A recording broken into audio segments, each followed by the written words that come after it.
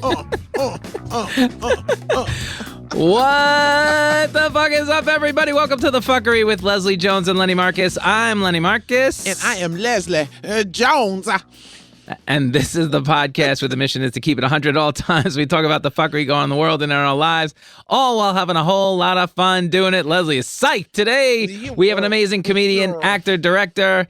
I think it's Aida Rodriguez. We'll answer your listener questions. And of course, the Fckry of the week.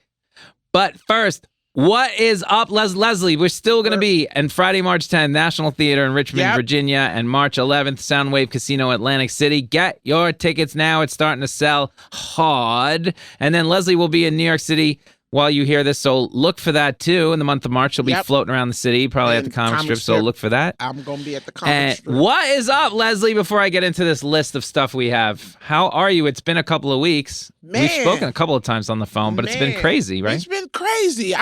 First of all, I have no energy. I don't know if it's because of the weather out here. I've just been non-energy. I'm sorry, what's the weather out there besides gorgeous? It's been cold.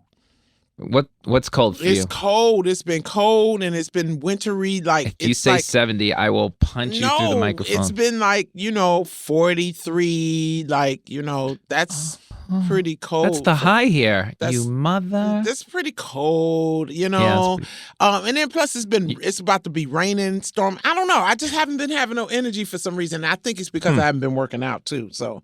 You got to. That's your thing. That's your mental health. I have been lazy as fuck. All I've been doing is watching TV and sleeping. Tell me what. Oh my God. Give us a show. Give everybody a show they should watch. First of all, Will Trent is so good. It's detective show, and I don't know how to explain it.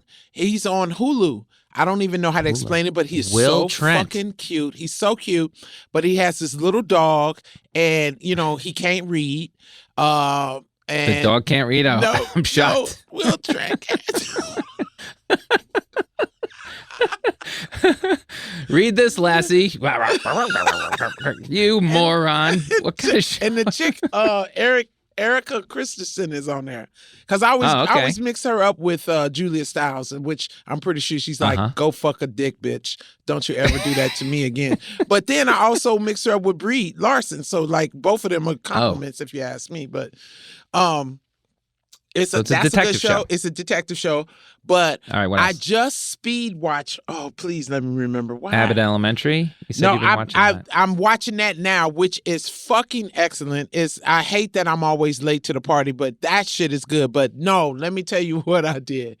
Call Me Todd. I think it's called Call Me Todd. See Me, Call Me Todd is on CBS with Sky Larson, and I forgot the chick's name. She's a lawyer. He's her son, and he goes and helps. It's Call Me Todd. So Help Me Todd. Yeah, something like that. Anyway, Isn't Neff in that? Yes, that's the reason I started watching it, because I wanted to see Neff's episode, but I went on and just watched the whole season, which was excellent. Excellent show. But that's Marcia Gay Harden. Okay, yes, I love her. Okay, so I what they call it, speed watch, when they binge watch, fucking Dubai Bling. Oh, Dubai Bling. What channel is that on? That's on Netflix. Now, it's a reality show because they have a couple of these. I think they have something else Bling, New York Bling, something, Japan Bling, some shit. I don't know. So these are rich people you're following? Bling Empire. It's Bling a Bling Empire, right? So they got Dubai Bling Empire, right? Yep. And first of all, this is, as Americans, we need to really understand how much of an influence we are on everybody else. These people in Dubai are definitely millionaires, but they watch our culture so much. They think that the soap opera shit is something that's entertaining. They think so that the whole thing is very soap opera-y. But Lenny, I cannot stop watching. It's so fucking awful and baseless. Why? Because they're so rich? They're so rich. They're fucking idiots. And it's so hilarious to watch. And it's like the people that I start off like hating, I like now. And the people I started off liking, I fucking hate now. Because they show who the fuck they really are. But the money that they're spending, and they're still stuck in a cultural thing, like very misogynistic. Like some of the stuff that they're doing, I just can't help it but watch it though, because it's like, holy shit. Like they're fucking having lunch over buying a $2 million necklace, and this bitch don't want to have another baby, which is fine because I understood her reasonings, but she's spending $2 million on a necklace and want a house. Bitch, you better get your ass on your back. The fuck is happening? Like, get your ass on your back, bitch, or take that $2 million necklace back. Like, some of the shit they doing, I'm like, nah, man. Fuck, like it's really, it's crazy. And it's just like, okay, there's this girl on there. And I probably just, please, if I'm what they call it politically incorrect, hey, I'm about to die anyway. So listen, there's this girl on there called Lo Jane, but they call her LJ. So she's like not an Anna Nicole Smith, but she did at 21 married 50, like a dude that was 30 years older than her, right? Okay. So now she claimed it was love because, you know, she had 2 kids with him. And then like a month after her second kid was born, he passed away from cancer and left her all the money. So this bitch is loaded. Okay. It's like loot. Yo, it's so good though, because it's like the first scene is of her going on a blind date that somebody set her up, and the guy like flies her in on a helicopter. They're like in this aquarium having dinner. He's watching her come down the stairs. And she's like coming down the stairs, and he's like, so she was like, oh yeah, I see that you sent your helicopter for me. And he's like, yeah, did you like it? She was like, yeah, I've been on a helicopter before. Like I was just like, that's how you talk to me. No, but I know, but it was just so, because he was just so like, yeah, I'm going to impress you with my fucking helicopter. And then he had this fucking roll. First of all, I hate dudes who wear lapel flowers. Go fuck yourself. You're a fucking serial killer, and your mom... Did you get squirted in the face one time? No, but your mom doesn't like you, okay? Let me just say, you're a fucking mama's boy. You're a fucking mama's boy. If you wear a flower on your lapel, go fuck yourself. He's the guy that fucking created the Forever Rose. You know how they take the roses? Oh, yeah. And you know how what do they call it when they stuff the animals after they die? Right. And make them taxation. Taxidermy. Yeah. Taxidermy. Taxation. Yeah, whatever. Taxation is your accountant. Yeah. The IRS is creating these weird stuffed animals, everyone. Be aware. You're an idiot. Taxidermy. Well, he taxidermies flowers because, like, I've had a couple of people buy me shit like that, and I said, don't send me these fucking taxiderm fucking flowers. They're sad.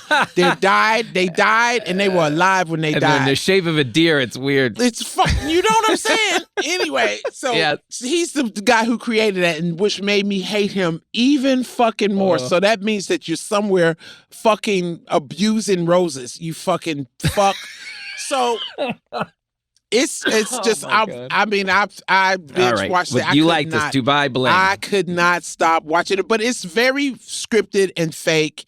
I don't know if a lot of people can get through it, but it was so horrendously hilarious to me that I could not stop watching it. And some of the storylines is kind of interesting, so I don't know. All right, so tune into that. But I tell you, Leslie, you know what should be a show? And I'm not going to toot my own horn here, but I never thought of myself as a cartoon.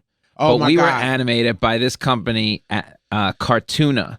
They just took a clip from our show, right, of the cake story that I told when your doorman took the cake.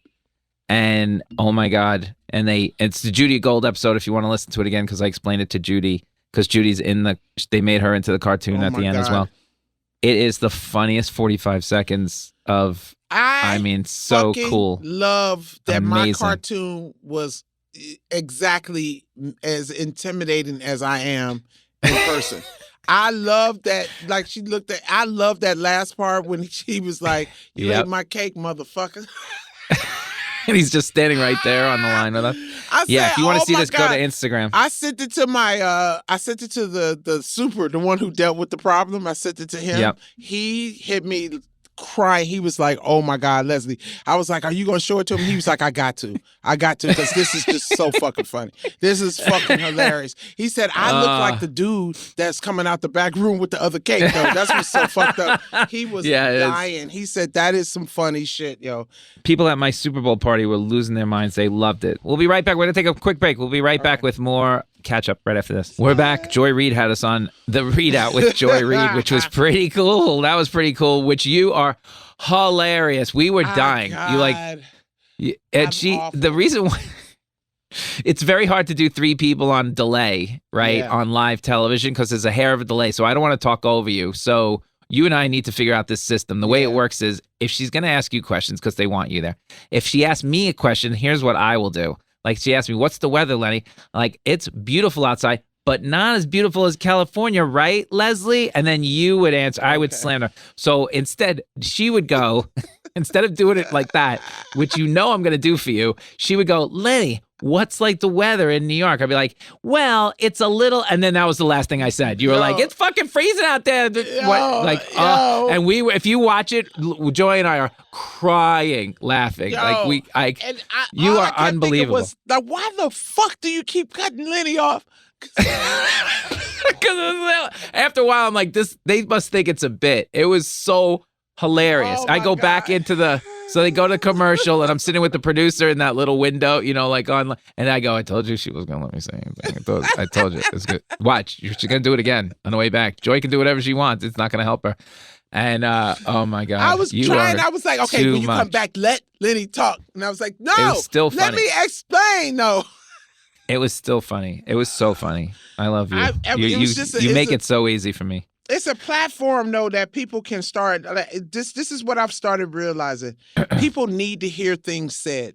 I know it sounds stupid. I know it just sounds stupid. No, but they're afraid to say it because they're supposedly neutral-esque. But when you come on, you're like, yeah, he's a piece of garbage. He's a fucking racist. It's okay. Like, yeah. It's okay. What you was thinking was correct. He's a fucking racist. And he's a racist. Yes, he's doing, if it walks like a racist and it talks like a racist, it's a motherfucking racist. And see. Or a duck. I don't know. It could be a duck, but ducks are racist too. Ducks are very they have racist. little mustaches. They're very fucking racist. But what I'm saying is, oops, quack. I mean, quack, Daffy Duck is the biggest example. Like, why would you make him black anyway? So quack the Jews. Terrible. Quack the quack, Jews. quack. So the blacks, the Jews, the blacks. Ooh, why they keep coming to this park? So I think that people need to hear people say shit. Like whenever I do the That's your job. needs therapy joke. Yep. I swear you could see on motherfuckers. Man, first of all, I did the animal porn joke. That's the set I wanted you to hear, Lenny, because it was so good.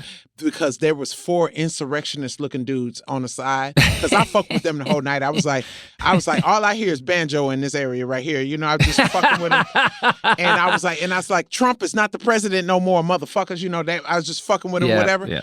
But when I started doing that animal porn joke, man, when I say them motherfuckers was crying, they were crying.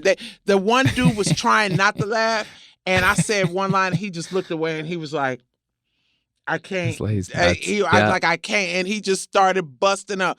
But it's like, when I go into come see that joke, everybody. It's coming up soon in your town. Come National Theater, Richmond, and Soundwave Casino, Atlanta. When Atlantic I start City, the man need therapy, I could literally see dudes shaking their head. Yes, like it was like I was like, do you know how many single women are out here that like just want a mentally stable dude? Like, you motherfuckers spending all this money on the gyms and clothes and cars and shit. Go talk to Dr. Merle. You know what I'm saying? Go tell. You know what I'm saying? Go tell the motherfucker your fucking problem. Get that shit out your brain and stop shooting up shit. Like, you know what I'm saying? It's like for real, you could see motherfuckers on their face just being like, oh, like that's a concept. And it's amazing that, like I said, we're in the Matrix without an update. They haven't updated this Matrix and things are continuously repeating themselves. Just look at everything. Look at everything. We're literally, I think they're bringing back Frasier now. And it's like, I thought Frasier was dead. I thought Frasier died. I thought that dude died. I mean, he's eating like scrambled eggs, and I Joe Frazier. Yeah, I thought he was dead. I thought he was dead. I thought Frazier died. I thought they did a whole thing on Cheers about it. The father died. Oh yeah. Okay. Well, it did. Okay. Whatever. I didn't look. They brought back Night Court. We're going right back to the 80s. Yeah. What pisses me off is some things I watch and I go, wow. I've been on production. I've been on sets, and I go, wow. They set up a whole set for this crap fucking shit. I mean, people actually came in and sat in a trailer and read fucking scripts to this fuck shit. Do you know that they have a fucking movie called Cocaine Bear? We dying. We all going to hell. We all going to hell. Now, that looks like fun. No, but when you start giving the bear cocaine, cuz. That's a true story. The bear got into the cocaine. Listen, it's a true story. It's a true story. It really happened. These guys dropped. Where you hear from? What fact thing? No, this is listen. This is literally a true story. It wasn't a comedy in any way, but it dropped. Listen. What? You talk about fake news. No, that was let that be fake news. Real news. So it's not. It's real. They made a whole goddamn movie about it though. Yes. Why do we need to see a cocaine bear? Because it feels funny. Lenny, that's the same thing they said with Sharknado. You remember Sharknado? That's true. And they made four of them, and it made four of them, cuz it's the same thing they said about Fast and Furious. Four of them. Fast and Furious is up to 46 now, right? They're number 46. Yep. I done watched all of them too, I'll tell you. Even the bad one. See? So you'll be when Cocaine Bear 5 comes out, you'll be in it. Vin Diesel is. He's just so bad. He's just familiar. I mean, it's just it makes me want to pull my skull out and bash it against a desk. But I can't stop watching it because I just want to see how many tricks they do. The tricks. There you go. The tricks are crazy. But what was we talking about? You're the truth teller, I think it was. We got a Chartable review. So this is my new favorite review that I read on that service. I just happened. What does that mean? Remember, there's this service that tells us where we chart on all these. Who? Us? Yes, us, Fckry? And there are reviews for it. Oh, man, fuck them hoes. I don't like them right now. I'm going to say fuck them right now. This is where I get the reviews that people write into the show. What they say. Okay, this is my favorite one of the week. Okay, I read them every week, but then most of the time they're okay. I just happened upon this on a long distance drive for work. I love Leslie on SNL, and it's good to hear her laugh on the podcast. Lenny is great as well. He tries to tame Leslie, bless his heart, but she's out of control, and the more the better. Leslie, thank you for keeping it real. Nurse T from Virginia. I mean, that sums it up. Bless his heart. You can hear her saying it too. Bless his heart. You're not going to be able to do that. That's what I was telling somebody last week. I was like, Lenny's like a lion tamer, but he's not very successful at it. The lion eats him up every time he goes into the fucking thing. I got no legs left. You got no legs. You got all kinds of scratches on you. You remember Siegfried and Roy? Oh, I do remember that fucking motherfucker. You know how that ended. Oh my God, Lenny. And it was so awful because me and my grandmother used to watch that shit. And my grandmother, first of all, let me tell you, my grandmother did not like the Pillsbury Doughboy. She wanted that motherfucker to be pulled apart and made it to biscuit. Every time that fucking commercial came on, she was like, ooh, I just wish somebody would take their finger and stick it right through him. I was like,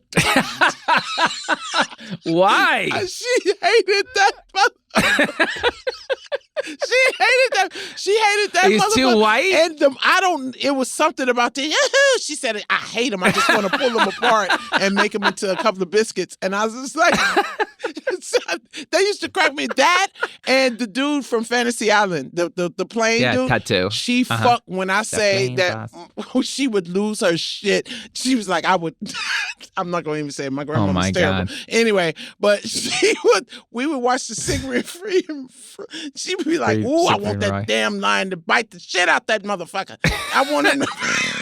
Did she live long enough to see it happen? I don't think if she did, she didn't. She was, she started, getting older, so she may have knew about it, but I'm not real sure. Oh man! But that would have been a joy that if she would have did it in front of her, she would have. Every time she's like, I'm telling you, them goddamn tigers is gonna get tired of them motherfuckers. I can't wait for that motherfucker eat that boy up. And if they're both in heaven. If they're both in heaven now, then there's a show your grandma's not going to either. No, she gonna go just so she can talk to him about getting ate by that tiger. But I tell you what, you know who she did love, which was so fucking weird. And I used to be like, what is wrong with you? She loved Kermit the Frog. And she thought Kermit was black. She was like, Kermit's black. And I was like, Kermit's not green. Kermit's not He's black. green. She was like, he ain't white. He ain't white. He's green. And then she was like, what? She was Big Mama. No, you know what she would say? She was like, what? What other dude is gonna fuck a fat white pig? Come on. Are you kidding? You know the black men love them big white women. And I was like, how you know Miss Piggy White? I was like, how you know Miss Piggy White? She was like, look at her hair. I was like, this is not a good conversation I'm having, Grandma. This is not a good conversation that we're having here. It's not. But you know, she's the same one that I told I had the crush on Sippity Sam and Froghorn Leg Pin. Is that his name? Froghorn Leghorn. Yeah. Yeah, that dude. I say boy. Oh my God. I was in love with that motherfucker. Him and Sippity Sam. Yosemite Sam. Sippity Sam is what he's called in black homes. I don't know about this Yosemite shit. I don't know why. Was Cowboys he black or green or? Yeah, It didn't matter what he was. You couldn't really see what color he was because he had that orange mustache and that hat real low. And I used to imagine that he would take his hat off for me. And like it was just a bunch of curly red hair. Right. And I would be like, ooh, Sippity. Oh, my dad really wanted to put me in a home for a little while. He really considered, because the teachers wanted to put me in the special school. They did. And my dad was like, no, she's just funny. After hearing this, they should have. No, my dad was like, no, she's just funny. She's just funny. And I was just like, okay. She is funny. Yeah. Well, ma'am, we got to go to commercial now. That doesn't sound. That's not what he sounded like at all. No, he had a gross. He go, oh boy, this shit, and I'll rough him and tough him. And oh my God, they used to do it for me. So anybody out there has a handlebar mustache, please write to us at Fckry Podcast. Not the mustache. At gmail.com. Anyway, if you have a Yosemite Sam, if you're in the zeitgeist of Yosemite Sam, you know what my spank bank is. Oh my God. Old. I'm not sure I want to hear this. Like station gas station attendants. Just for some reason I'm hitchhiking. Oh my God. And they just was like, hey, I'm about to close the gas station, and then we just go in the back and have sex. Yeah. And he's got the little towel hanging out of the back pocket. Yeah, but like he keeps on the overalls and just unbuttons them in the front. Got it. Yeah, baby. Okay, I'm not going to sleep now. We'll be right back right after this with Aida Rodriguez. Welcome back to the show. Now it's time for Who the Fuck Is This, where we welcome and interview special guests on the show. Today we have a comedian, actress, producer, director, and activist on the show. Her critically acclaimed HBO Max Hour comedy special, Fighting Words, is currently streaming. The special was shot in the Bronx the night Hurricane Henry hit New York City, ironically, days before Hurricane Aida. Check out her stand-up on the Don't At Me tour coming to a city near you. Go to funnyaida.com for more information. Please welcome Aida Rodriguez. Let me ask you a question. You've had so much in your life that you could have, you were really down at one point. I went down the Aida rabbit hole, and oh my God, what you had She's like incredible. You were saying, you had no money to give to, you're giving the last $20 to church. What did pull you out of the bad times? My kids. What was it ultimately? It was my kids. It was when I didn't love myself enough to want to be here. It was my kids that everything. They're everything to me. Everything that happened to me when I was a kid, I was like, I'm not going to let that happen to them. And, my kids have been the wind beneath my wings. They always have been. And, my kids would remind me that I also had a destiny to fulfill, that it wasn't just them. Mm-hmm. But if I'm honest, like I was suicidal. I was very depressed. People don't ever know what you're going through. Yeah. I didn't. Try to maintain my dignity throughout the whole thing. You tried, yeah. Yeah, but it was hard. It was very hard. Especially being a woman in this business. Oh, man. That's why when I worked with you, when I did that short film with you, it was something that you don't know, because you never know what you do for somebody. But I had been, shunned by a lot of women in comedy who had been doing stand-up before me. And Leslie was nice to me. And Leslie was like, you need to get your self-esteem up. I was like, Because I had seen her perform before, and I was like, what is the problem? Like, girl, you look like the girl from Sparkle. Yeah. You so damn pretty. What the fuck is wrong with you? And look, at that time, I was fucking with the Israeli at that time. I was going through crazy. My brother had just died. I was going through crazy shit. So I was just happy to be on set with another comic. And what was this? It's what some show? Bullshit ass movie that you'll never see. I played. Do you remember what it was? I was gay, and you remember the girl put sardines in my pussy? It was what? Because I cheated on her. So she put sardines in my pussy, and I guess I didn't realize that Cocaine Bear. Yeah, exactly. It was a Cocaine Bear production. Yes, that was the thing. That was the whole scene. Like, I cheated on her, so we was fooling around, and she took sardines and put them in my pussy, and I guess I didn't know that was why I was smelling, because I was smelling really bad and it was just a bad joke. It's such a terrible joke. But did it pay well? I guess that's why you guys were there. We were looking for copy and tape we just wanted tape a credit, and I did a scene where I beat a dude up around the corner. It was great. She really did, though. He was dusty. He was dusty as fuck. They was like, you ain't got to hit him for real. I was like, yeah, I do. I need a real effect. It was. That's what why. What were you in the movie, Aida? I was one of the guy's girlfriend, and they made me like the stereotypical feisty. You know that when they hit you with you're the feisty Latina, and I'm like, God, I wish somebody wrote something creative. I wish somebody just wrote us as people who happen to be what we are. It was a very interesting. It was very interesting. She and I had the fun. Man, we was. What year was this? I think there had to be times when the director was like, "Hey, y'all, can y'all?" Because we was fucking we was doing some of the dumbest shit. Because you remember I had to pull the gun out on the dude. It was like, "Hey, motherfucker, you better give me my motherfucker." It was so. We were dying. It was so funny. I was holding the gun wrong and everything. It was terrible. It was so. But we had that. That's when I first. Yeah. Did you ever think you'd be in this business at all, Aida? Because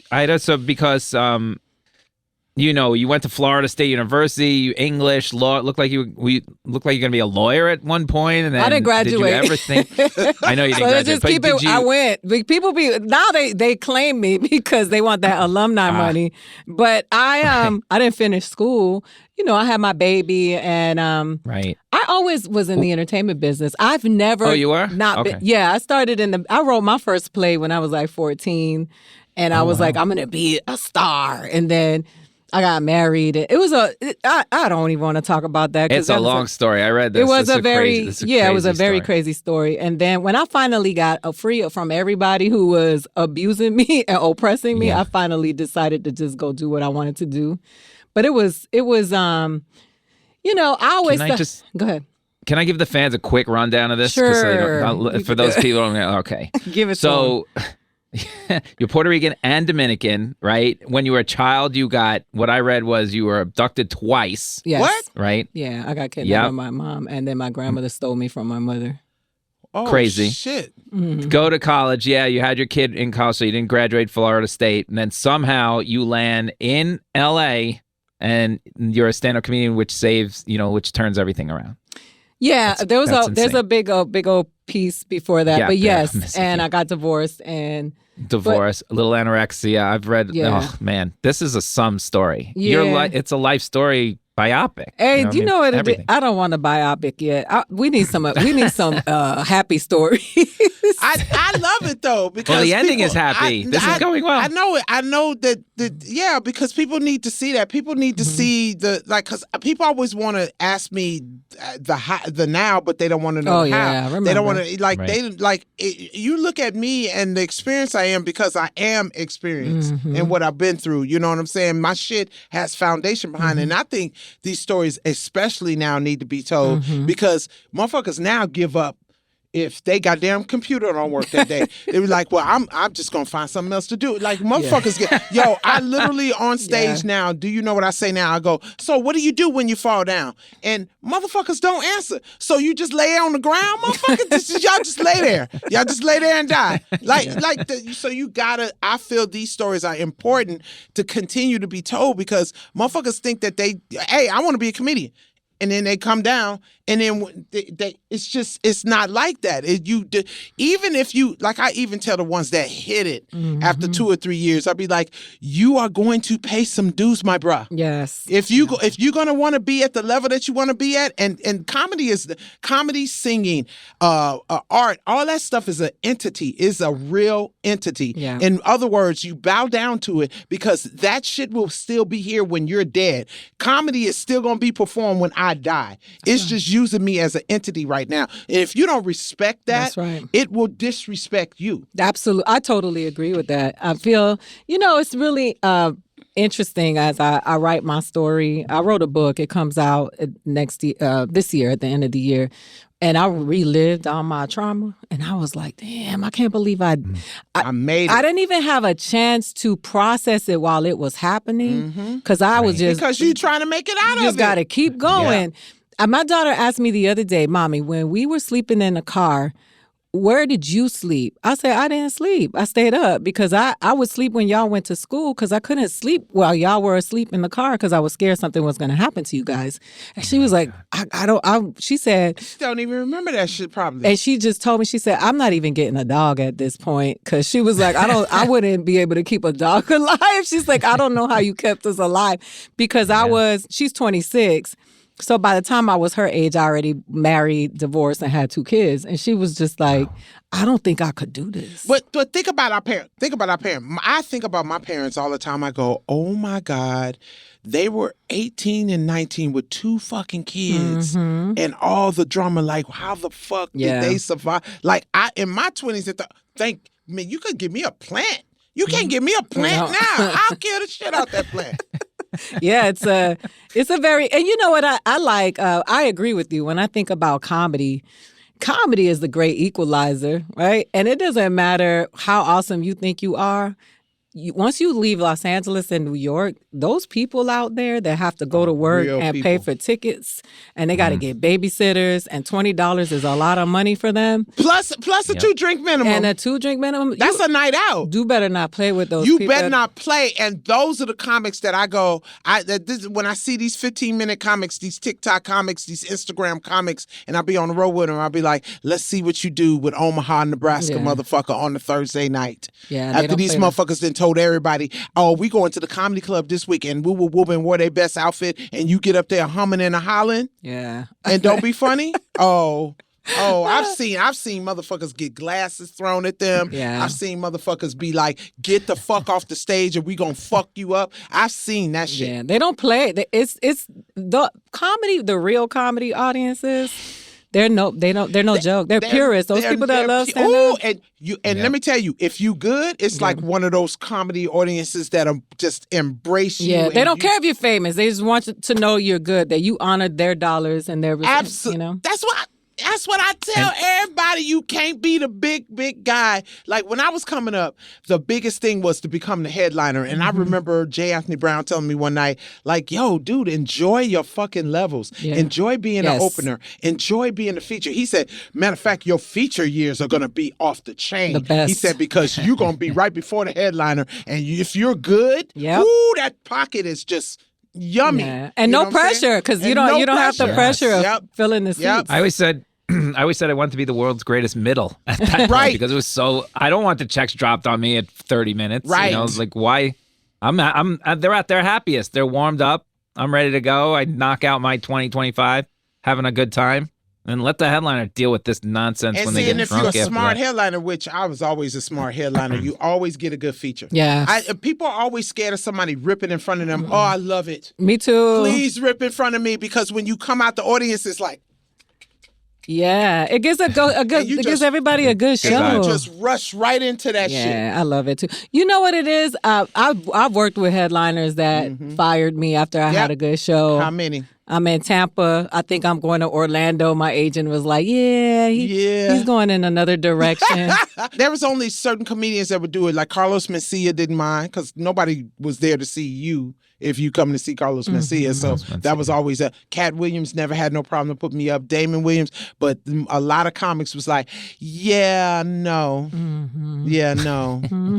Ida, you were talking about New York versus L.A. Yeah. And so, because I see you in both places. I've literally seen you in both places. So tell me, what's your life now? What do you still go back and forth? Yeah, I'm on the road right now till July, but I go to New York every month and I put in my You're hours. saying you work on it in New York. You really work hard on it. Oh, absolutely. New York is where I feel, somebody told me you go on the road to get good, you go to New York to get great, and you go to LA to get famous. And I really believe that. Like, no, that's great. When I first came to New York, you remember this, like, if you could make it there, you could make it anywhere. That shit is so fucking true. Once you get good in New York, man, you can rip it. The first time I went to New York, I had started comedy in LA. The first time I went to New York, I was so mad at the comics in LA. Because I thought that they were the She's best still comics. mad at the comics. I was like, I thought they were the best comics. I came to New York and watching people, like, it was the first time for me to see Mike Epps, Tracy Morgan. And I'm like, these motherfuckers are making me cry. Like Drew Frazier, people that don't know about Drew Frazier. Drew's great. And I'm talking about motherfucker Will Savant. I mean, just like, I was in the audience, like, as a comic, like, fuck, man, I'm not funny. I'm not funny. Man, I remember coming back to L.A. going, you L.A. comics can suck every bit of my dick. Y'all motherfuckers ain't funny. And I really had no love for L.A. comics for, like, ever after going to New York. Yeah, New York is a funny thing because they don't segregate their comedy. It's like when you go to the Stand and the Cellar, it's like if you're funny, you're funny. Yep. And, Esty, when I got past at the Cellar, my very first show was following Hannibal. And he was like explosive. My second show was following Dave Attell. The third show was following, what's his name? Ray Romano. And then it was Louis C.K. And then Louis changed me because Louis was going to go up after me. He was like, oh, let her go up and I'll go after her. Then when I got happy, he was like, nah, let me go up and then she's going to go up and I'm going to watch her set. But it made me so much stronger. Like now when I'm here, I don't ever worry about who goes up in front of because I got jokes. But but this is what I say. That's the road of a comic. Like there was times where I didn't even want to be on the show if it was another girl because I'd be like, it's too much, But I didn't realize it's me. It's me, bitch. Who gives a fuck? Yeah. Man, I had to follow people like Earthquake. Yeah, Earthquake is explosive. Fucking like Chris Rock and Chris, the motherfucker Arnez J. Oh, Arnez is these crazy motherfuckers. A lot of energy. That go up there. Yeah, so you have to fucking kill. So that's I always say to these comics now, I'll be like, I bet you the comics before me was saying the same thing about us. Like, you motherfuckers are really getting... I look at these comics now and go, you motherfuckers, I wonder if you'll ever really actually get as funny as you can get because we went through it. Like, you went through it. Like, you do your BETs and all of that, but you, like I said, you better be funny in motherfucking Kansas City. 100%. I totally agree. I like doing stand-up in New York also because I get to get more reps in one night. I did Thursday through Sunday and I got 28 sets in. That would never happen here.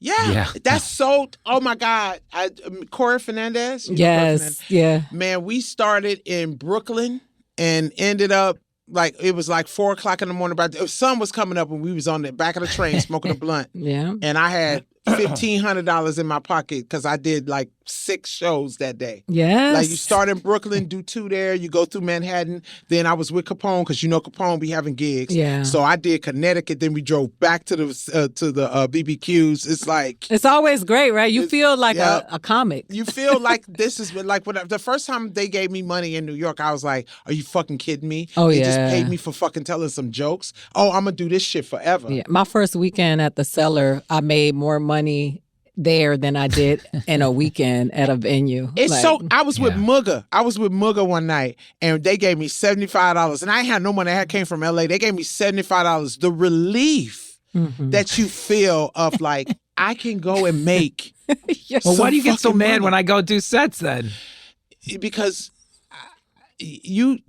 because there's certain sets you do that I don't want you to do. But no, I don't get mad at you totally. I'll be like, I understood why you were doing it all the time. Now you don't have to do it as much as you were doing it because the money. You don't have to do you be so tired, Lenny. You be so you Leslie have a thinks child I'm a multimillionaire and a wife. somehow. No. Yes, but I still you do it when you could. Oh my God.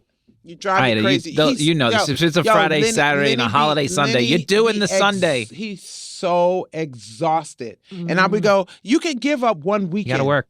Well, okay, you know what it's like? Who told me this? And I was in New York, and I was doing the thing of like going to the fucking LaGuardia by the bus. Yeah. You know, catch the train and get on the bus and shit. And somebody was like, bitch, spend $25.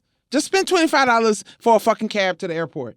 Just spend $25. It's so much better for your fucking well-being. It's worth $25. It's true. I took the train and the bus to the airport one time. It was like I could have wrote a movie about it, like The Hangover. I saw 2 dicks, 3 dance routines, a fight. Somebody was cooking hot dogs in the back of the train. I had PTSD. I sat by 2 Africans that had a full, this is before 9/11, a full oxtail meal, and that motherfucker pulled the pot out and put it, and then looked at me like, you know what's about to go down. And I was like, she looked at me, he's like, do you want a plate? And I said, yes, bitch. Oxtails? Are you fucking serious? No, like on the fucking, I was like had it in plastic and shit. And I was like, how did you get that through security? You get PTSD though. Just like, by the time you get there, you're so exhausted, then dragging your bag up the stairs because the escalator does it. I was like, you know what? This motherfucker lives by this shit. I mean, oh my God. I brought him Louis Vuitton. I brought him his wife and his kid and him Louis Vuitton.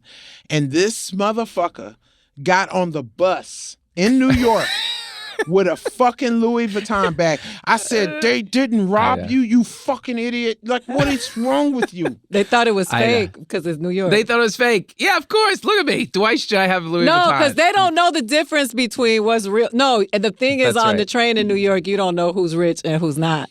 That's true. But I love the way that New York humbles you too, because it don't matter how much money you got. At some point, you got to get out the car and walk a couple of blocks. Yeah, because the traffic's gonna fuck your life up. Yep, and the train, if you fall asleep, that rat gonna kiss you on the mouth. Ooh. He don't care. No, that's real talk. That's some real talk too. And you gotta watch the motherfuckers that grab you on your ass or whatever, or be up on. It's just so much shit to deal with. You know, this man airdropped his dick to me the last time I was on the train. The airdrop thing was literally, yes, it's literally what dudes do now. You can do that to the person. Yes, if you pull your phone up, well, you have an Android, so you never ever be able to communicate with who wants humans. that? I don't want to be a dick dropped next to me. Yeah, the iPhones, you can pull that shit up. And if you have you can drop it. Yeah. And people are disgusting. Congratulations. It's disgusting. Wait, you love that stuff. What are you talking about? I mean, listen. This is the if I'm dick on a queen, train send and me somebody, a picture expert. No, if I'm on a train and somebody send me their dirty ass dick, I am gonna look at it. What if it was good? I am gonna look at it. It was disgusting. Exactly. He wasn't circumcised. Yeah, he kept staring at me the whole time. That's not even cool. That's not even cool to send a picture of Snuffleupagus like that. It's not a fucking. It's not a game with the circumcised dick, fellas. We don't want to see that shit. Just yell out 2 stars and then switch cars. No, it wasn't. He waited till I got off the train and then the airdrop hit my phone. You got some humility. I get it. Yeah, that's so. They do it all the time now. They say you gotta lock your airdrop. I would be like, hey, I'm sending this to the police. You fucking lock your airdrop, kids. Oh my God, lock your airdrop. I forgot what show it was that I was watching, which was one of the best shows ever. I can't think of the name of the show, but they were on the train. This guy is harassing this girl, like he's harassing her, and like really fucking like so she starts recording and he starts like, take her phone and I mean he's being, so the the white woman turns around and just starts recording him. Everybody starts recording him and he's like, what you think you're just gonna do this to somebody? And that's fucking, right. And that's so right. When he pulled up to the station, there's police waiting on him because they had all posted to his page. And I was like, that's what more people need to do. Yeah. If you don't want to be involved, text a policeman. Hey, there's a motherfucker on here grabbing bitches. They'll come. I think they really will come. They want to beat somebody up. They definitely want to beat somebody up, especially a pervert. All right. I Let me ask watch her a Will few questions Trent, about... too. I love that show. Okay. Is he cute? Oh, you do? What? He's the Yes, he's Puerto Rican. I bet she's short. I bet she's short, huh? I know. He's I never met him cute, before, though. He's but so cute. I love The dog can't read. It's really the sad. fucking he can't read. His accent. What is that accent? you know what is funny? He's Atlanta, but there's so much. There's like a New York in there a little bit, and it's like almost like Texas too. Yeah, there's a. Oh God, I was like, I want to meet him so bad. I love that show. If you ever meet him, tell him I love him. I will, and if you meet him, you tell him I love him. Aida, your special, the Fighting Words. It's a very interesting special because not only do you go through it's a very real special, but you also meet your dad for the first time in that special. What? Like, was that a concept? Yeah, could you explain that to Leslie? I know she doesn't know about this. So first of all, I always get people. I'm so tired of people who don't do comedy talking about what comedy is supposed to be. Right? They don't understand how we mine our jokes. So I wanted to show the process of how my jokes become my jokes. So I met my father for the first time. I was scared. I didn't want to do it by myself. So I took Nadia, the director who directed the documentary, with me. I wanted to see it because when I was in the moment, I didn't feel, I was like, I wasn't in my body. It was, I hadn't met my father.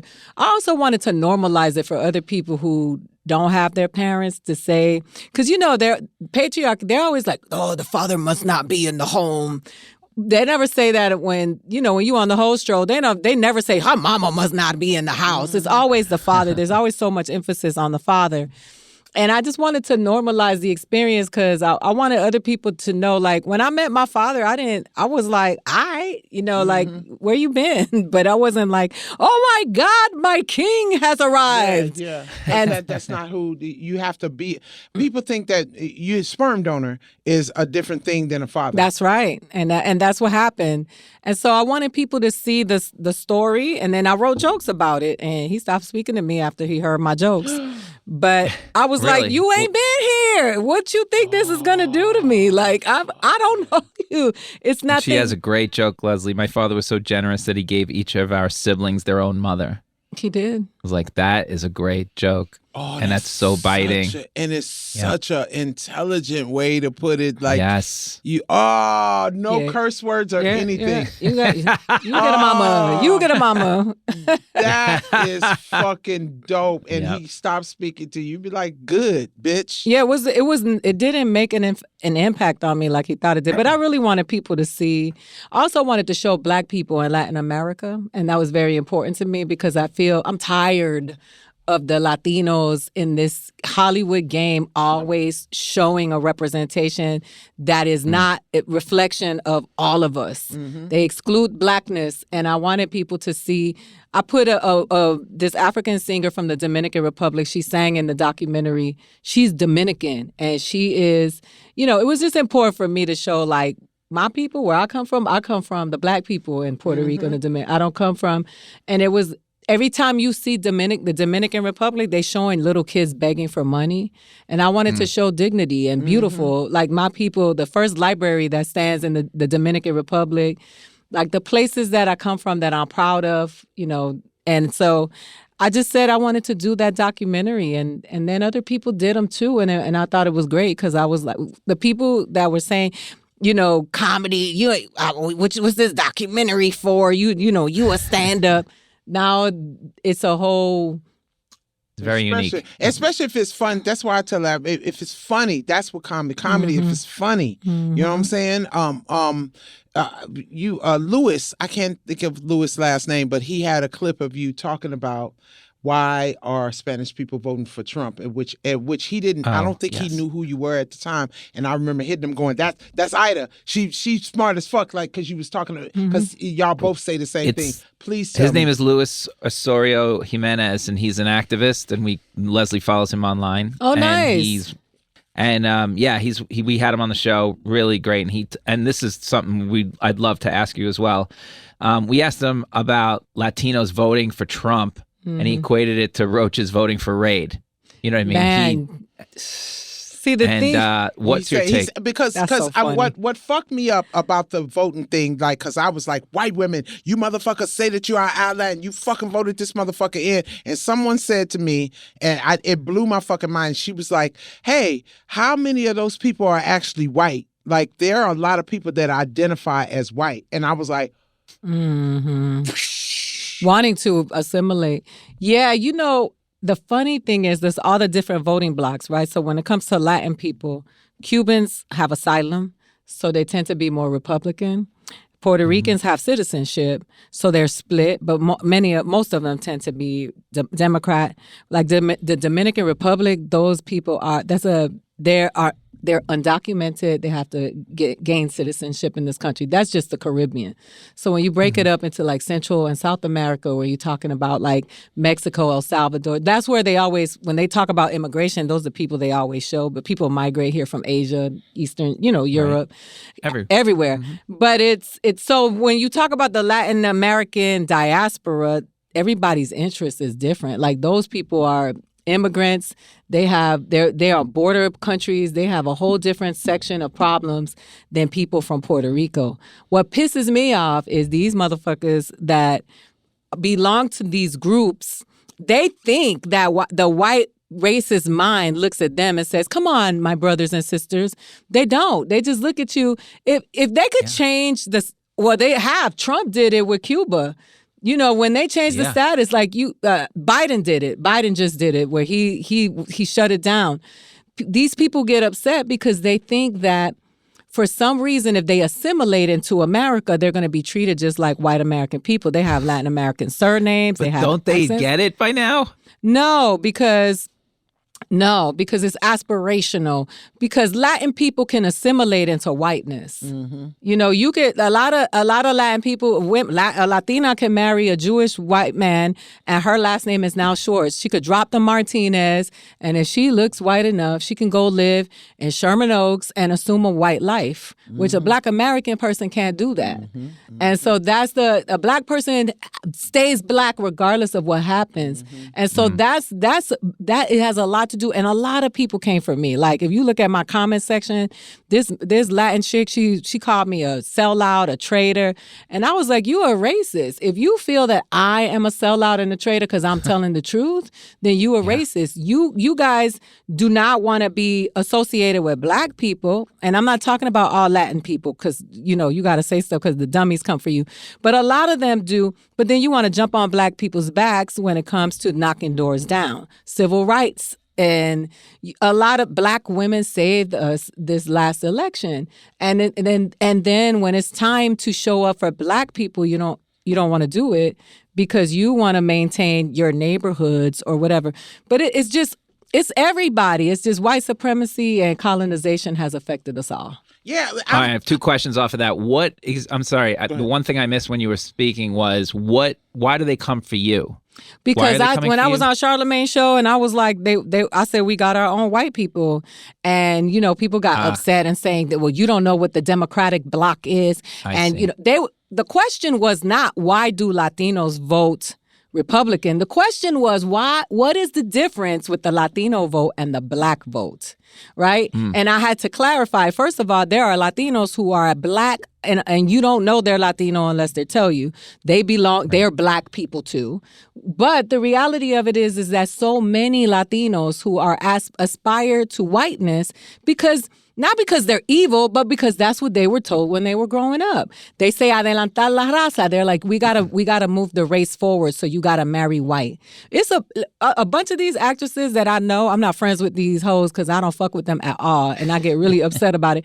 But I can't tell you how many of them have told me you just need to marry a white Jewish man, and you'll see how it'll help your career. And I'm like, y'all are some old goofy ass bitches. Like, it's just goofy. That's goofy. It's fuck. It's insulting. It's like I just saw this thing with Ukraine. Some of the Ukraine people that are being moved are complaining about their placement because there's too many Muslims and Black people around them. Yeah. So you go, what? Do you want to just go back to war then? Let me just send you back to war then. You got to be careful who you fight for. You got to realize. It pissed me off. It's go, what the fuck are you talking about? They were throwing the Africans off the trains. And, it's just amazing, the fucked up shit. So anti-blackness is global. And so when people try to act like that doesn't exist in Latin America, I call bullshit because I know how my grandmother was treated. My grandmother was a part of the civil rights movement. She got hosed. She had dogs sicked on her. She had to find her community with the black community in Connecticut and in New York because she was black and she was mistreated by everybody. And I got beef, and I'm holding on to that because my grandmother was my world. This is good. You also tackle issues like misogyny as well. So my question is, in your experience, you cover both hard. So which is, in your experience, has been worse? Have you the misogyny or the racism? Which bugs you worse? Which do you feel the most? I mean, I think it's interlocked. I think that it's the same culprit that it employs both, right? It's like the straight white racist male tends to be racist and sexist.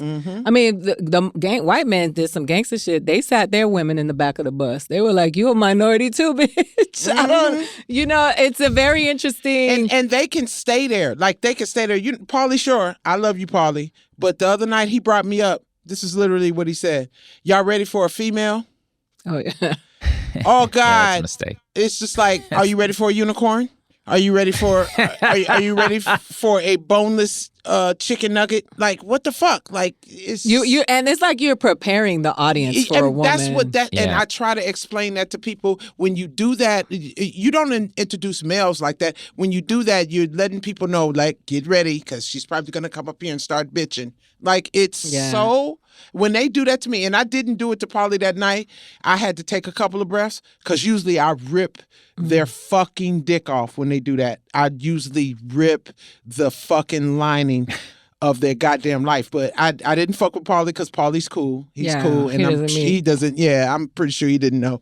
But it's like, Well, let me just move ahead a little bit. Now, you're sort of a go-to for that community. You've done a couple specials now as a director. So how did you get into directing? And now Ian Lara's, I know him well enough. This is exactly what you're talking about. I had no idea he was Dominican. Right? Am I right?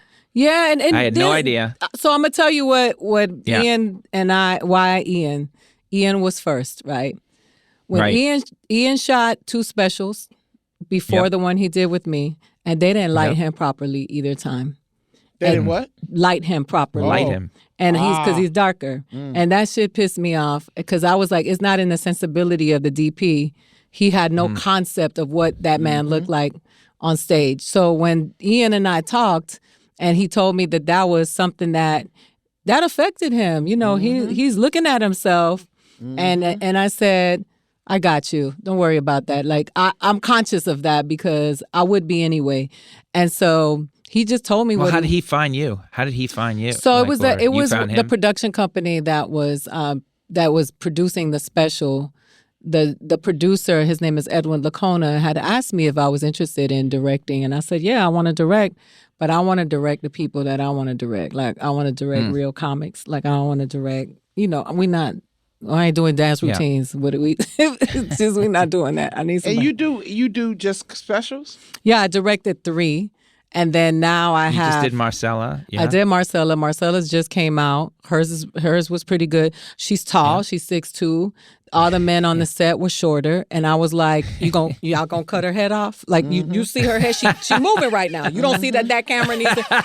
It just made me so. But it's just things that people are not conscious of that I've always had to be conscious of because I'm tall. And then too, to say something. Yeah. Like we did SNL. There was the guy there. There was the old guy. I can't think of. He was like 96. He ended up passing away. But that motherfucker was an expert at light, and he was just very, very old and very just like he would say it. So when me and Sasheer were sitting there, he'd be like, "Can you see him?" No, you can't see him. Put some light over him. That's what you need, though. And I would look at him and go, "Thank you so much." Like, that's thank what you need. He was like, "I got you," because it hasn't been done for a long time. Ian came to me and said, "I wanted my special to feel old school." We looked at some stuff. I looked at Judd Apatow's documentary about George Carlin. He saw some lighting in there that he liked. And so it was I had to go through a lot of stuff, but I was like, yo, this is what it needs to look like, and we're not going to stop until it looks like this. And do you like it? Do you like directing? Do you like directing? And do you like the... Would you do features? Yeah, no, I loved it. I actually really loved it. I do stand-up because I love stand-up, but I don't do stand-up to be famous, where I never did. I always like, oh, this is an art form, like, this is something that I want to unpack this and I want to get better at it.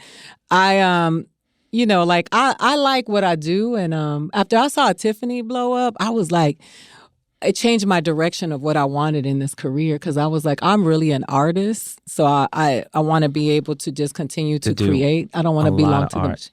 Yeah, I don't want to belong to the machine. Like, I just want to be able to just say, hey, I love doing this and see me. And then days, I want to produce. One day I want to write a movie. One day I want to. You're on the track. Yeah, I like. Do you have a dream job? Do you have a dream job? Like, you just named a bunch of stuff, but is there one project, like a pet project in your head? Like, I want to do. That's the whole package. Well, I'm developing a TV show right now. That's my dream is to have a production company that creates content for us, by us, that is a reflection of all of us and the best of us, not just trauma porn. So, like Donald Glover does it. You know what I mean? Issa Rae is doing it. Mindy Kaling is doing it. Yeah. Like Tina Fey has done it. Tina Fey made it. We're trying to do it. Yeah, the stuff that like, it's not just about you. It's like what you leaving behind when you're not here no more. I keep telling everybody there's going to be another Leslie Jones. I sure don't want her to have to go through what I went through. That's beautiful. And and you have created the way. You have broken so many ceilings for so many people that, yes. And it's especially like, I read your comments because I be trolling people, and I'm not on Twitter anymore, but I got into a lot of beef with you because of you on Twitter. But I work in those circles, like in the activism, and when I talk to young, dark-skinned Black girls who see a reflection of themselves in you, that gives them a sense of pride and dignity, and also they feel seen, and that's really important. And it's important for everybody to be. Oh my God, Aida, that was perfect, because this was going to be my last question for you. Yes, exactly what you just said. Leslie can see. She always says she can see in little Black girls' faces, that they're having problems, and she always pulls them aside and says, it will be okay. Do you have advice for kids, women, Latinos, after all the stuff you've been through? Yeah. What would you like to say to them, or what do you say to them? I tell them I'm working on it. I'm working on creating a space where you can see yourself, because we're invisible on television, because the people that come from where I come from, like, I'm Caribbean, right? So I'm Puerto Rican, Dominican. My grandmother was a Black lady. Like, the Ian being on HBO is such a big deal for Dominicans, because they've never seen a Dominican that looks and acts and talks like that. So I always tell them I'm working on it and don't quit. And that there's something on the way where you don't have to see yourself always being sexualized. I'm tired of the Latin girl always being showing, like, all of that is fine. It's okay for you to be here, but it's okay for me to be over here with my Jordans on too. And I think we deserve a spectrum, because we don't have one. So I always say I'm working on it. I see you. And, fortunately for me, I do well on the road. People are coming to see me, even though I don't have major television. I don't have major white guys pushing me saying, this is the person, because, you'll see those machines at work.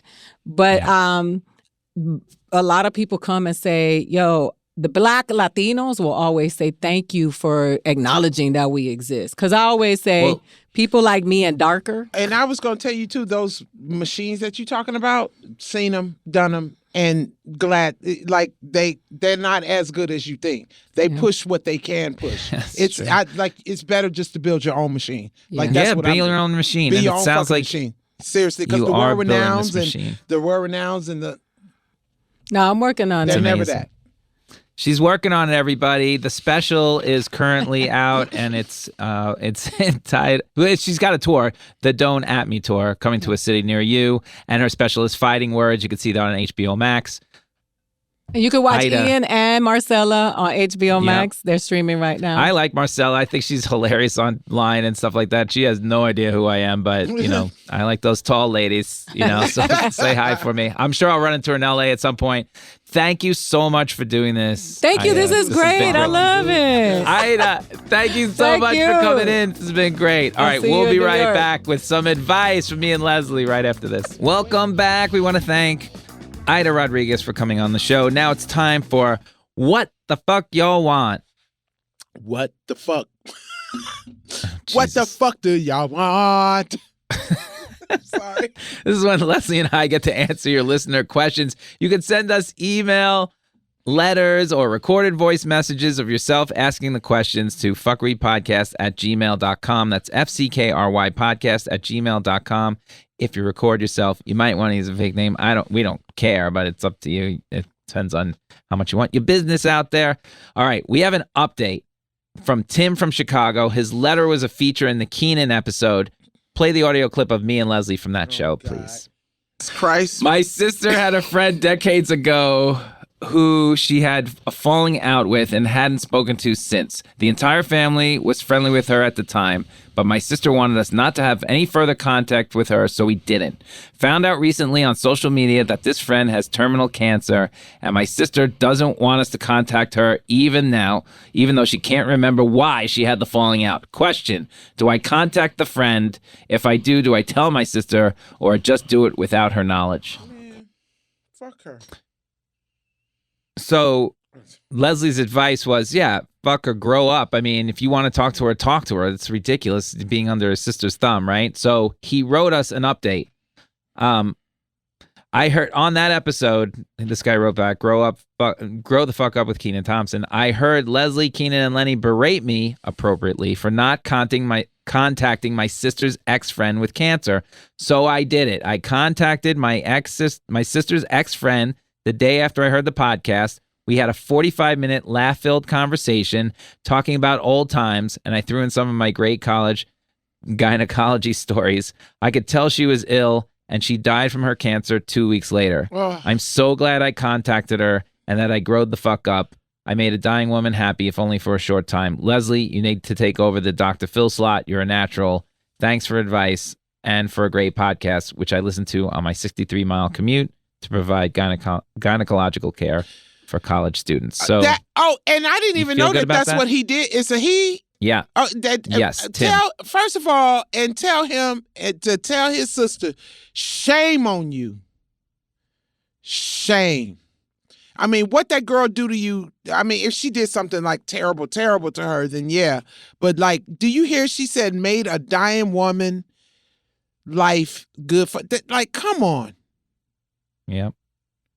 Seemed pretty obvious. I don't know why we had to straighten that out, but that seems but you just never know, man. You know what? Yeah, you never know. Yeah. So Tim, I'm glad we have a happy ending. Leslie, you gave good advice. It's not really happy. She died from cancer, so that's kind of like you gave a guy. Jesus. Well, Tim's all right. All right, Tim. And good job taking care of college students. Thank you for writing in. Again, Tim, I'm glad it resolved itself. Donna writes, Leslie and Lenny, you're both hilarious, and I love when you two go from being off the rails funny to talking about difficult human emotions in an earnest and heartfelt way. It keeps me listening every week, and I think this is helping my mental health. I feel stupid for writing in and asking this question, but I thought Lenny might be able to give advice on this topic after hearing the episode with him and his wife Gina and how they met. I got divorced in 2020 after being in a relationship for 20 years. So this fall, I started my first attempt with dating apps. Leslie, I know. And after a lot of first dates only, I met someone in the first part of December and we hit it off. We were seeing each other and texting regularly. And then right before New Year's, his dad had a serious health emergency. So the texting and seeing each other naturally slowed down. We were still checking in with each other and trying to get it together when we could. He deleted his profile on the app for what it's worth. The last time we saw each other, he told me his dad is going to need hospice care at his house, and we talked about all the stress that he's going through and spent many hours together that afternoon, evening, talking about personal stuff. Then we were about to have sex that night, and he lost his erection. I could tell that it was upsetting for him. I acted like it was no big deal, and I hope he knew he was not upset that I still liked him. When he left, he told me he wanted to see me again, but I haven't heard anything from him in almost 2 weeks. Do you think he's too embarrassed, or do you think it's because of his dad? Should I text him or let it go, move on, and hope he will contact me again when he has less trauma in his life? I don't know what to do. This sucks. I hope you will answer, but please don't use my name if you do. And let me start off Leslie before I hand it to Leslie. I'm just going to say, I can give you advice here, but like I like to say, Dick's is Leslie's department. Second floor, Dick's, Leslie Jones. Yes, I will take the elevator to the second floor. Bing! Leslie, you're up. Okay. Whew. All right. I'm gonna go straight in for this one. All right. So first of all, let me tell you something. He would have called you back if his dick was hard that night. Trust, he would have texted you back. It might be a little bit of that. It might be a little bit of that. It might be a little bit of sadness. You know, when a dude's dick don't work, you know, it depends on the dude. Like some dudes are mentally okay with going like my dick ain't working. You know what I'm saying? Some just, this is what I say about men in therapy. You know, if you're sad, you putting your dad in the hospice and all of that, your dick is not going to walk around happy. Okay, your dick is going to be just as sad as you. Okay, so for the girl, if you really like him and y'all been talking and stuff, I mean, I would literally maybe leave a nice note just saying, hey, listen, I know you haven't gotten in touch with me. It might be because you're embarrassed or whatever. I really hope that we're going towards a relationship where me and you can trust each other with stuff like that. It's not a problem. I know that you're going through it. I'm here if you need to talk to me. Like if he doesn't answer that, then I would just give it some time, because I promise death hits people in so many different types of ways, and especially parents dying. Like every time Lenny tells me that story about how he had to take the time and then he went, I always get a little misty when he tells me that, because I know who Lenny is. And whenever Lenny talks about his mom, he gets a little like, that's like a real man. That's a real man to me. Does that make sense? I have to say to you, I think your advice just now may have been the best you've ever given. You have to. This guy is. You got to give him time. Exactly what Leslie said. It is terrible in some ways. You know, give him all the time he needs. But I love the fact that you dropped him a note saying it's okay. No, has she dropped him a note? That's why I say she should. No, I'm saying that's what you suggest. She should drop him a nice note. I love that advice. Like I know you drop him a nice note when you're ready. You know. If you really like the guy, and if he really likes you, he will write back. If you want to go to a diner in the middle of the night and have a fucking hamburger because you feel bad, call me up. Like we can go have some fucking Rudy Tooty Fresh and Fruity. Fuck it. Like, you know what I'm saying? Like real too. Like. But if he doesn't respond to that, I would say give him some time. Give him a little bit more time. Yeah. And if he comes, he'll come around if he likes you. But listen, don't stop your life. I mean, if you want to date and if you want to do that, I mean, I encourage that you do that also, because everything happens. So I want everybody to go out and read The Alchemist. That's how I want y'all all to do, because it's almost starting off with a line of what you want, like it's saying what you want, right? And then that journey between getting there to what you want is a journey. So you may not even end up in the place you want to end up with, but you will end up where you're supposed to be. So let's say I said, okay, I want to be a comic. Well, I had to do some bartending first. You know, I had to have like 6 or 7 jobs first. You know, I had to go through this, whoop, whoop, whoop, whoop. And I eventually ended up performing, but there's things that have to happen. So if this guy is your mate, you never know. You may need to go through 3 months of not seeing him or this, and this, and y'all eventually be together. I really wish people would have, it's not easy, but you really, really do have to have a little bit patience with your dreams. You have to have a little patience. So that's good advice, Les. I can't believe I gave some good advice. I really was laughing when she said his dick. I didn't mean to laugh like that. I wasn't laughing like embarrassing, but it was just so funny when she was telling the story, and then she was like, and then we was about to have sex, and what did she say? He lost his erection, and I just was like, oh, that's fucked up. Well, you always said that, sadness is attached to sadness. Sadness, like your dick is not going to be all, woo, woo, woo. That would be kind of like, weird. Why though, you right? fucking crying about your fucking dad? And he's like, and the dick is like, why are you crying? We're dicks. Where's talk the about pussy? not being attached. I mean, and dudes who can do that though. But there is dudes that do have to, like, women too. That the first thing they do is have sex after death, but they cry after that shit. Trust me, I've experienced it. Trust me, it's just like great sex and then go straight into tears after, and you're like, okay, well. That's not the response I wanted. What about tears of joy, Leslie? It wasn't tears of joy. That's bawling. That was the best. Oh shit! So good. Wait a minute. Could you have waited till you got in the car to do that? Jesus Christ! At least you're sympathetic. We'll be right back with the Fckry of the week right after this. And those were great listener questions. Yep. All right, Leslie, it's time for the Fckry of the week. Fckry of the week. I like that one. All right, you going to go first this week? Yes, I'm going first this week. Okay, so I had to write this one down because this one came from my heart. Okay, I have to say that I can't believe made in the USA is a bad thing. When Trump first came out, I remember this specifically. I remember when he was saying he was going to make America great again. To me, I was thinking, oh shit, that means he's going to bring the factories back to Detroit. He's going to bring farms back. He's going to bring business. We're going to be making everything in here. And the USA is going to function like the place that it's supposed to function. And I didn't know that it's like bad to have a factory or made in USA type. That kind of fucks me up because the way that our economy is going, you would think that we need to do everything here. We need to make everything here. I can't believe Detroit is not the motor city anymore. We used to make cars there. We used to have, it just seems like it's almost like y'all just trying to wipe out a whole middle class of people to just really make us completely dependent on fuck shit. Y'all want to talk about being the greatest country on the earth, but we can't make our own shit. And are we this dense to take work away? And like we taking away work and then you get poverty. That's what we're getting. We're getting a lot of poverty. And I'm starting to think, like I said, I'm starting to feel like I've been telling y'all all this whole show, this is the Matrix that has no fucking update.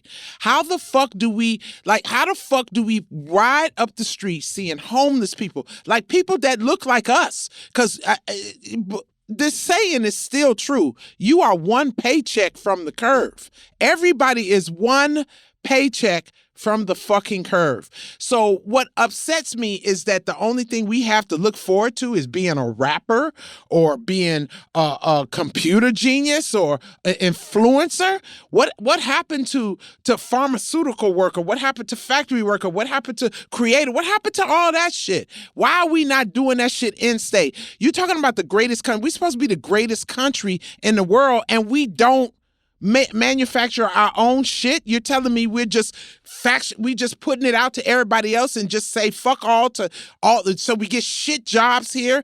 We gotta worry about being at McDonald's. Not saying there's nothing wrong with being McDonald's or Burger King or none of that, but is that a career? Is that going to pay for my kid going to college? I remember back in the day when there was parents that was working and like real jobs and shit and could put their kids through college. Like they can put their kids through school or help you. You can't even do that now because all because our companies that say that they love this great USA has sent all the fucking jobs every fucking where else, and we're just stuck here to create what? So all of us ain't stars here in USA. Everybody not a fucking singer, rapper, comedian, writer. Everybody ain't that. What happens to the people who need to really work? What happens? Like, what's wrong with us? Why are we living so fucking stupid? It just makes me so mad that we see this stuff happening and we're just going to let it get so bad that we can't do anything, that we have to do the most desperate thing. That when COVID came out, we had to go to the most desperate measure because nobody wanted to do what the fuck they had to do. I don't understand us. I don't understand this country. I don't understand it. That's my fuckery of the week. I don't even know if it makes sense. I agree with you. They're ruining the middle class. When I was a kid, I tell the story all the time. My mom stayed home, took care of us till 8th grade, and then went back to work. My dad, I saw what he made when he died. I went through I was like, oh my God, I can't believe I asked for anything. Because we barely, found out they had to, borrow money to buy the house. Yeah. Very, very definite middle class life. Christmas time, Lenny, Christmas time. Yeah. I think about my parents. I go, how the fuck did I have a Christmas list? And got most of the shit that I asked for. How the fuck did they do that shit? Yeah, I'm glad we didn't have Christmas because I think Hanukkah we got one present. You know what I mean? And that was like, okay, if I had to get 8, I'm pretty sure we probably would still got one. I would have had a fit if my dad wouldn't have got me what the fuck I asked me for. Yeah. It's crazy. It's crazy. It's just so crazy how the middle class is just gone, and it's just this super rich and then super poor, and we don't give a shit. And then what's funny is the electorate is in the middle, and they for some reason won't vote to help themselves. It doesn't absolutely dumbfounding. It just makes me. It's just a maddening circle of fucking fuck shit. Yeah. It doesn't make sense. Stuff. And then you still have some dumb fucking motherfucker that's sitting somewhere going, "Oh well, voting doesn't. It's been proven. But you believe the study, but you don't believe going out and vote. What kind of stupid shit is that? You're dumb. Yeah, you're fucking dumb." And you know what? Especially if you... if Trump, and they're talking about that Trump, like this guy, and I'm going to send you this video, this guy is saying the polls is looking like Trump could literally win again. And let me tell you something. If Trump wins again, we deserve everything he does to us. I totally agree. We deserve everything this country gets. And I'm done. I'm so fucking done. I'm going to Amsterdam. Yeah, I'm becoming mayor of Amsterdam, and everybody's allowed to move there. Everybody gets a house. Don't complain to me. People in Ohio or whatever. Yeah, because you don't get nice things. You don't get nice things when you don't take care of your state. All right, here we go. My fuckery of the week. Leslie. Okay. One thing I love in this world is I love being a parent. Birdie is seriously my favorite thing in the whole world. And you know what? Her little friends, for the most part, are really nice too. Just one problem. Oh, God, Leslie, there's a lot of them. And they all have birthdays, and they're all 2 hours. They're all in small, enclosed space. Yep, they all have 30 kids at these parties. They're all on the weekend after I've done 7 sets and running on no sleep. The noise, Leslie, the kid noise, it's fuckery. It's loud. It's uninterrupted. It's headache-inducing fuckery. Remember the off-Broadway show, Bringing the Noise, Bringing the Funk? It's that, but no funk, just noise. Anyway, P.S. When does one of these couples always have this kid's party? Super Bowl Sunday. Mid-afternoon. The same kid every year, because they hate sports, has it mid-afternoon, Super Bowl Sunday. Fucking communists. I've got 7 hours of pregame show to watch. Anyway, we go. Birdie doesn't know anybody at the party, so she's gripping me like a sloth on a tree.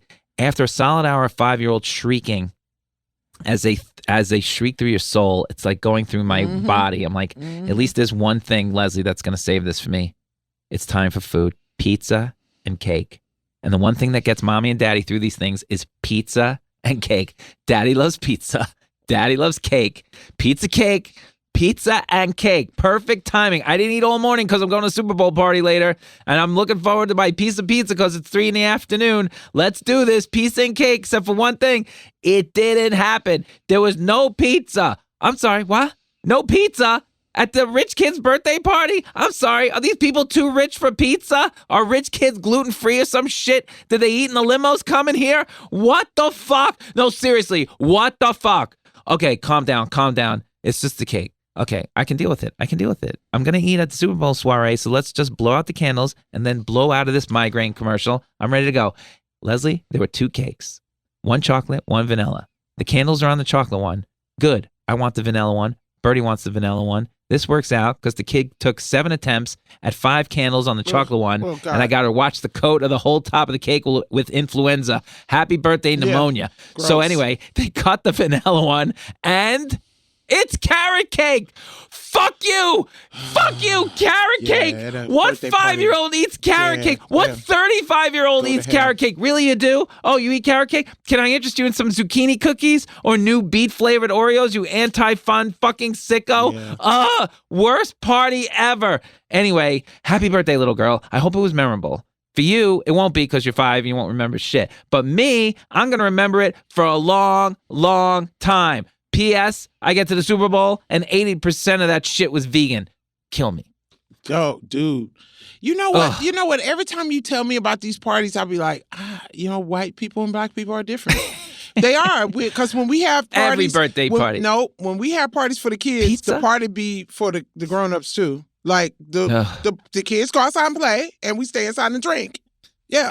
Like, well, there was wine there for the parents. No, but there's no pizza. Literally, what like, kind there's of no shit such thing like in Halloween in the house. Get your motherfucking ass outside. Go outside. Don't come in here with that. Listen, don't come in the house. Like y'all nice. Y'all spoil the fuck out y'all kids, man.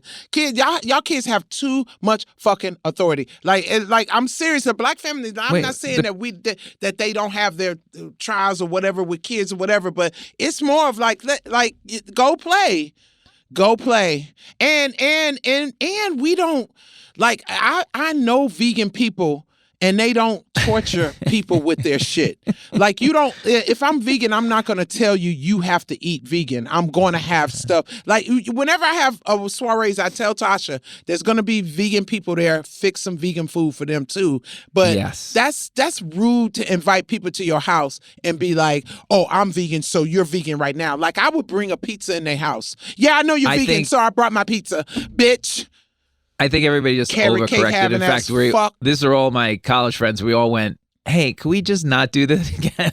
Don't do the vegan thing again. Yeah, we've overcorrected. Like, how dare you? That's why I don't have a lot of white friends. That's why, because I don't do that. All right, The Fckry with Leslie Jones and Lenny Marcus was created and stars Leslie Jones and Lenny Marcus. The show is produced by Judith Gargbo, and our audio engineer in Los Angeles is Jordan Duffy. Our New York City audio engineer and board operator is Dan Spaventa. Our production coordinator is Abby Aguilar. What I found out, Lourdes Abby Aguilar. Who knew? Music for the show is done by Marina Pais. This is an Earwolf production. 'Cause the wolf has ears.